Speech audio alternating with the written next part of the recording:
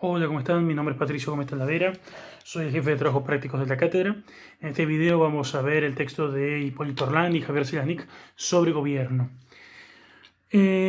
Para los autores, el gobierno ha sido identificado como el conjunto de individuos que ejercen el poder de autoridad en un sistema político. Esto es, las autoridades, o mejor aún, los titulares de los roles que poseen autoridad. En segundo lugar, el gobierno es visto también desde la perspectiva de la actividad. El gobierno es la actividad de conducir a una sociedad. Finalmente, la tercera perspectiva es la que hace referencia a las instituciones a partir de las cuales se ejerce la autoridad.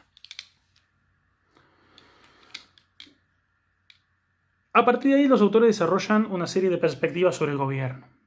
La primera de ellas es el gobierno como conjunto de actores.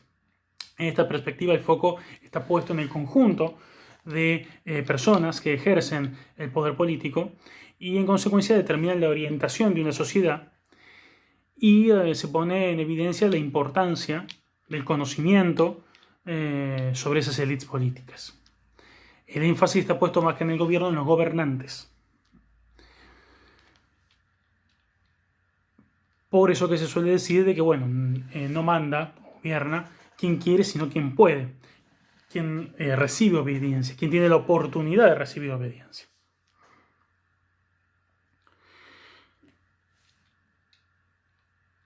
Esto coloca sobre la mesa el problema de la dimensión de la legitimidad. En primer lugar, los autores hablan de la dimensión genética de la legitimidad, referida a la manera de los gobernantes llegan al poder. En segundo lugar, la dimensión funcional de la legitimidad, que habla de la legitimidad a través de los resultados que los gobernantes obtienen para sí mismos y para su capacidad de hacerse imponer por los resultados de su misma gestión. Y finalmente la dimensión legal de la legitimidad, que digamos es una legitimidad propia de los sistemas modernos, en donde el reconocimiento de la legalidad como una instancia de intermediación social por parte de todos así garantiza la obediencia al gobernante en el cual se apoya y teóricamente debe defender esa autoridad. Después los autores hablan del gobierno como conjunto de funciones. En este sentido, la responsabilidad es de índole exclusivamente política. La igualdad entre gobierno y dirección es paralela a la que existe entre la falta de gobierno e incapacidad para mantener el orden, de resolver los problemas prácticos. Con lo cual hace referencia a un polo de administración, el cual basa su legitimidad en la capacidad de desarrollar una normalidad trazada a partir de un orden social estable y específico y reconocido por todos.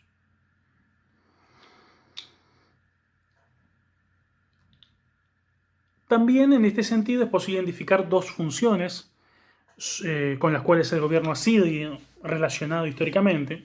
Uno es el mantenimiento de la unidad de la comunidad política hacia el interior, esto es la garantía de cierta noción de orden y de tranquilidad internas, y la tutela de la comunidad política frente al exterior. Esto quiere decir la posibilidad del gobierno de actuar en defensa ante una agresión externa a esa comunidad. Fundamentalmente, después los autores desarrollan lo que es el gobierno como conjunto de instituciones, que era el tercer punto que hablamos hace un minuto. El concepto de sistema político referido a un conjunto de instituciones, grupos y procesos caracterizados por cierto grado de interdependencia. Esto quiere decir que ninguna institución, ningún proceso es libre per se sin relación con otros procesos y otras instituciones. Su desenvolvimiento y su actuación está inmersa en una interconexión permanente, en un diálogo continuo con otros procesos y otras instituciones. Y básicamente en esa interconexión desarrolla sus capacidades, pero también sus limitaciones. Para los autores, el gobierno también designa al conjunto del proceso de toma de decisiones y la manera que se toman decisiones y su resultado posterior.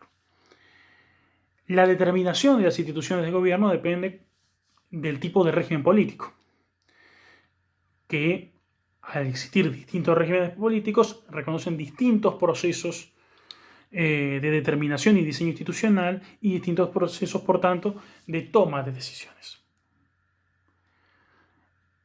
Porque básicamente implican organismos de toma de decisiones diseñados de manera distinta. A partir de ahí, los autores lo que hacen es desarrollar distintas formas del gobierno y sus características. Desarrolla el parlamentarismo, que, digamos, señalan como la forma más relacionada con la democracia, donde el Congreso, el Parlamento, es jerarquizado como órgano político, no solo de legitimidad popular, sino también de decisión. El primer ministro es el jefe del gobierno. El rey o el presidente ocupa una función simbólica vinculada a la unidad nacional y en muchos casos con un carácter arbitral entre los partidos. Gobierna o reina, dependiendo de la figura, presidente o rey, pero mejor dicho, preside o reina sin gobernar, porque el gobierno está depositado en un primer ministro, en un presidente del consejo, en un presidente del gobierno, cuya origen, cuya legitimidad está dotada por la designación de ese mismo parlamento. Los ejecutivos, por tanto, nacen y mueren en el parlamento. El ejecutivo es un órgano colegiado, es el primer ministro con sus ministros. Los miembros de ese gobierno deben ser, además, en la mayoría de los casos, miembros del Parlamento, y todos ellos son elegidos de manera indirecta. No se vota a un primer ministro, sino que se votan los diputados que van a elegir a ese primer ministro y a ese consejo de ministros. Y existen herramientas de control del Parlamento por parte de ese ejecutivo. El voto de confianza, esto es que un gobierno solicite la confianza por un hecho específico a la Cámara y la Cámara decida dársela o revocársela. La moción de censura, esto quiere decir, si un gobierno lo está haciendo mal y hay una mayoría alternativa, se lo puede echar. Puede ser una moción de censura constructiva que requiera de una propuesta de gobierno alternativo, un candidato a primer ministro alternativo, o una moción de censura destructiva, directamente echar al gobierno.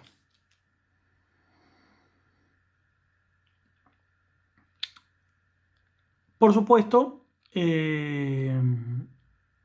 esto puede generar situaciones de contradicción y choque entre gobierno y parlamento. Muchas veces esto ocurre y lo que se hace es disolver el parlamento y convocar a nuevas elecciones. El parlamentarismo tiene esta idea de que los mandatos no son fijos y que si bien hay una cantidad de años que establece la legislatura, 4 o 5 años, si la situación lo requiere, se puede, cerrar o disolver el parlamento y adelantar las elecciones. No hay un mandato fijo como si hay en otros sistemas.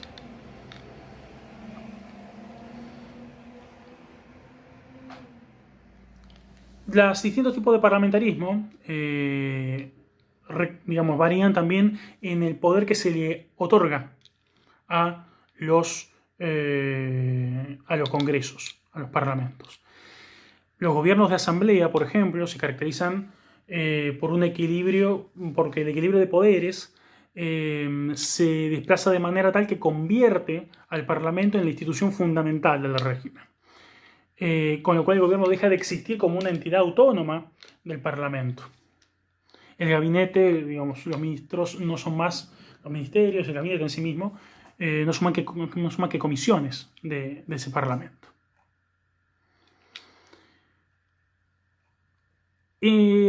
Otra alternativa es el sistema que tiene la Argentina, que es el presidencialismo. Ahí los mandatos son fijos. Es un ejemplo muy extendido a lo largo de no solo en Argentina, sino en América Latina, donde hemos mayormente importado el modelo norteamericano de presidencialismo con muchas variaciones. Su forma de legitimidad es la elección popular directa del titular del Poder Ejecutivo, a diferencia del sistema parlamentario.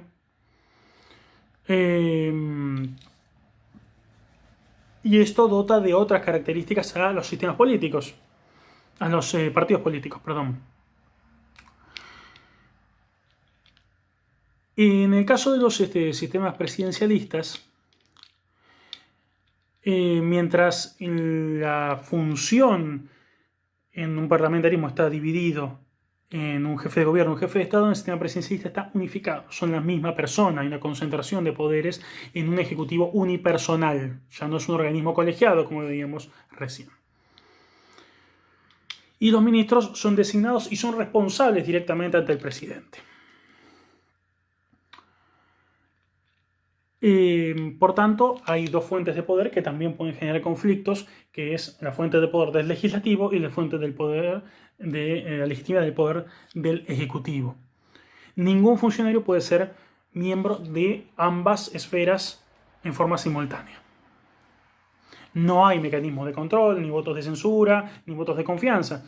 Esto hace que las posibilidades de choque y conflictos aumenten y no hay, porque hay mandatos fijos, posibilidad en la mayoría de los casos de disolver el Parlamento, salvo algunas excepciones muy puntuales como Perú, que son rarezas, y que no se trata de presidencialismo, sino de un sistema semipresidencial, que es lo que vamos a ver en unos minutos. Pero sí hay mecanismos de remoción del presidente, que son el juicio político, el impeachment, pero requiere requisitos muy rígidos de consenso en los parlamentos. Además, los presidentes reconocen también en sus potestades tener iniciativa legislativa. Digamos, hay todo un entramado jurídico que que dota de más estabilidad al titular del Ejecutivo. Por último, el semipresidencialismo se trata de una fórmula híbrida entre el parlamentarismo y el presidencialismo. Es una forma como es intermedia. Su característica principal es combinar una estructura parlamentaria con la elección de un presidente directamente por la ciudadanía. Existe la distinción entre presidente y primer ministro y que, como en el parlamentarismo, los miembros del gabinete deben ser miembros del Parlamento. Al mismo tiempo, el presidente es elegido por sufragio popular, tiene la misma legitimidad que el Parlamento y debe delegar el presidente en el primer ministro y su gabinete la mayor parte de las acciones gubernamentales, pero cuenta con un poder regulador y en muchos casos puede, a rechazar o admitir algunas iniciativas, o bien mantiene el control de algunas esferas, como puede ser la política exterior o la política militar.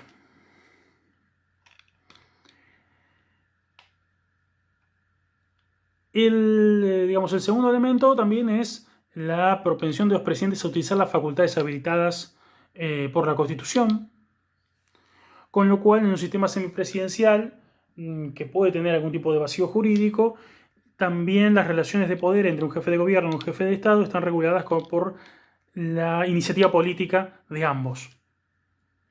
O sea, un presidente que tiene mucha iniciativa política puede encontrar vías legales para tener mayor influencia y amplificar su influencia.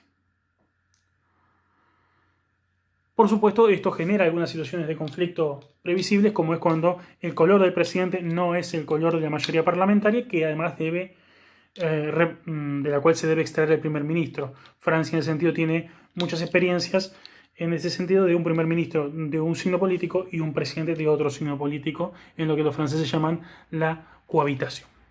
Básicamente, estos son los conceptos del texto de Selaznick y Orlandi. Esperemos que les hayan sido útiles. Muchas gracias.